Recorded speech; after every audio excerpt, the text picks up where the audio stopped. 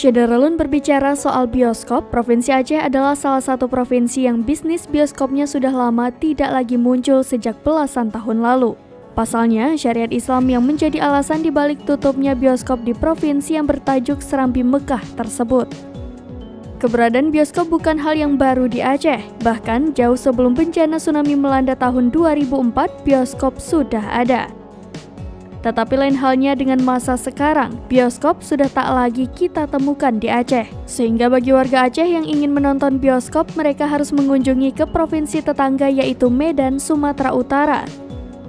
Seperti halnya dengan pasangan ini, mereka rela rogoh kocek hingga 6 juta rupiah ke Medan pulang pergi hanya demi menonton film.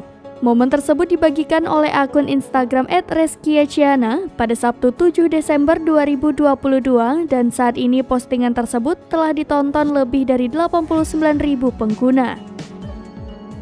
Pasangan yang diketahui merupakan suami istri ini membeberkan pengeluaran yang mereka habiskan hanya untuk menonton film Avatar The Way of Water di salah satu bioskop yang ada di kota Medan, Sumatera Utara.